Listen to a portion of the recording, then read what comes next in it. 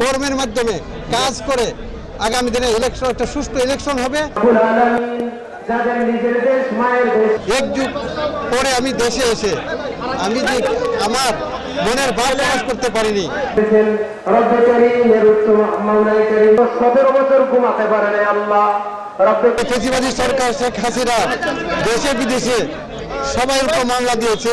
আমাদের প্রবাসী যারা আছে এদেরও আইসিটির মামলা দিয়ে মানে করেছে, দেশে আসা যায় না। এই 13.5 বছর পরে বাংলা আমার জন্মভূমি আজকে হবিগঞ্জে এসেছি বা বাংলাদেশে এসেছি, আমি অত্যন্ত আনন্দিত এবং গর্বিত।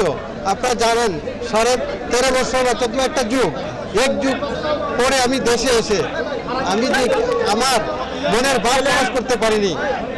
আমি আল্লাহর শুকর আদায় করছি যে রব্বুল আলামিন এই বিজয়টি দিয়েছে, সারা বাংলাদেশের জনগণকে বিজয় দিয়েছে। আমাকে এখানে সারা বাংলাদেশের জনগণ এখন এই বিজয়ের পরে খুশি, ঠিক কিনা? এই জন্য আমি আল্লাহর শুকর আদায় করছি। আমি ধন্যবাদ জানাচ্ছি হবিগঞ্জবাসীকে। আমি নেতা কর্মী একটু আগে আপনারা দেখেছেন বলেছি যে সবাই কর্মের মাধ্যমে কাজ করে আগামী দিনে ইলেকশন একটা সুষ্ঠু ইলেকশন হবে।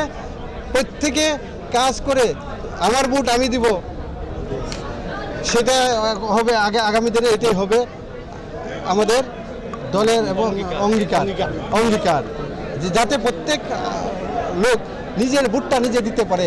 এটা যদি দেয় তাহলে ইনশাআল্লাহ বাংলাদেশ জাতীয়তাবাদী দল ইনশাআল্লাহ ক্ষমতা আসবে, ইনশাআল্লাহ আমার প্রত্যাশা। ইনশাআল্লাহ বাসীরা দল সিদ্ধান্ত নিবে কাকে দিবে কাকে দিবে না।